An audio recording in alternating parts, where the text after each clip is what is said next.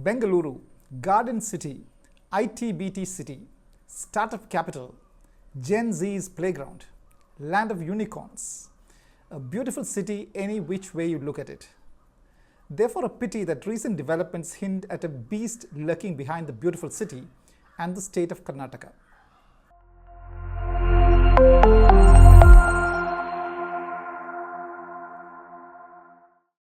First, some history and the sheer heft that Bengaluru and Karnataka bring to India.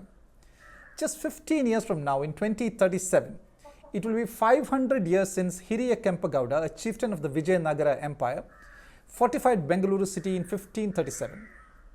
From Kempagowda's time to the time of industrial visionaries like M. Visvesvaraya in the 20th century, to the hundreds of young men and women brimming with ideas and entrepreneurship, driving growth in the 21st century, Bengaluru and Karnataka have come a long way. There was a time when a mention of Mysore state immediately brought to mind the silk industry or the Channapatna toys or the Mysore Park or the Dasera. But talk of Karnataka today and the association is almost entirely to the ITBT sector and the startup ecosystem. The stats are astounding. NASSCOM expects India's total IT business to touch $350 billion by 2026, and Karnataka is aiming to have a 50% share of that. And the state is aiming to grow its bioeconomy to $50 billion by 2025. In 2021 alone, 95 biotech startups set up shop in Karnataka, and the state currently hosts 60% of India's biotech startups. That's not all. By 2023, which is next year, 10,000 startups are expected to have working space in Bengaluru city.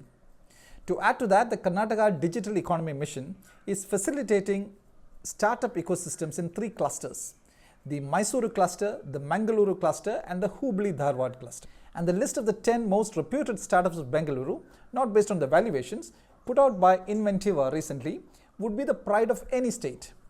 Unacademy, Dunzo, Razorpay, Licious, Cred, Grow, Jumbotail, SlicePay, Byju's, and Big Basket.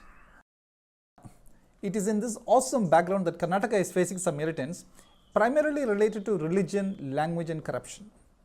Naturally, given Karnataka's status as India's Silicon Valley, these developments have reached a global audience.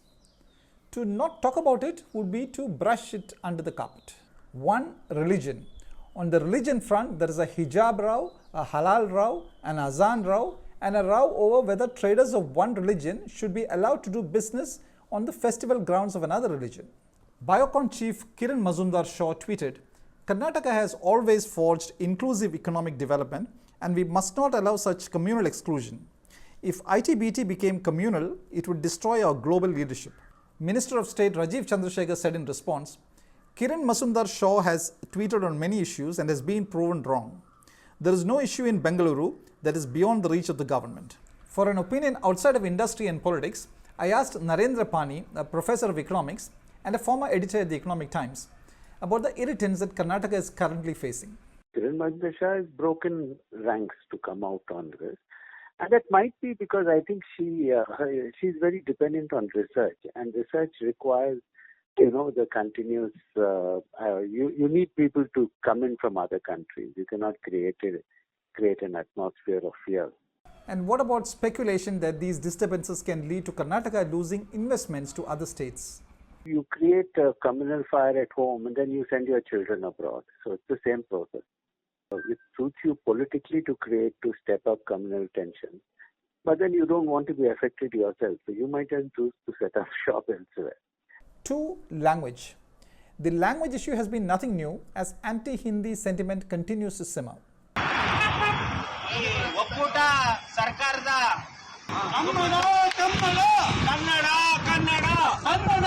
And keeping to popular sentiment, the Karnataka government has also been pushing for more Kannada usage.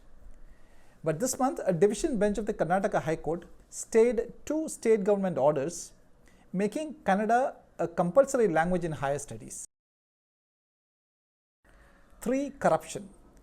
The corruption angle in Karnataka came back into the limelight this week when a contractor Santosh Patil committed suicide, holding Minister K.S. Iswarappa responsible for his death.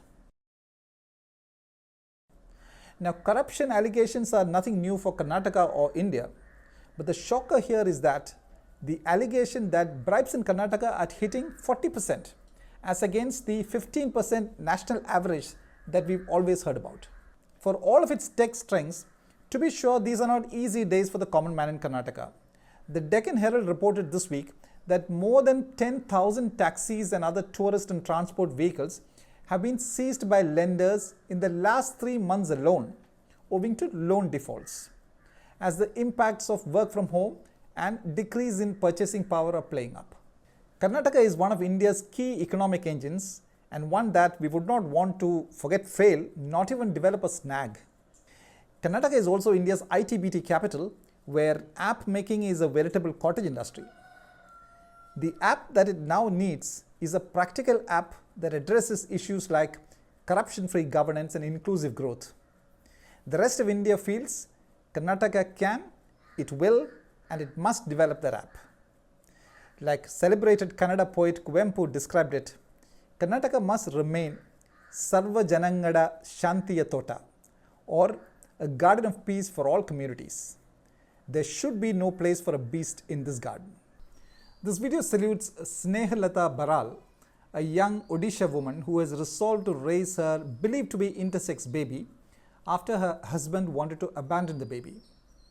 An intersex baby is a baby born with a combination of male and female biological traits. Snehalata Baral said, "The baby is a gift of God. I cannot abandon the baby only because of the intersex condition." Truly an example of the saying that a mother's love knows no bounds.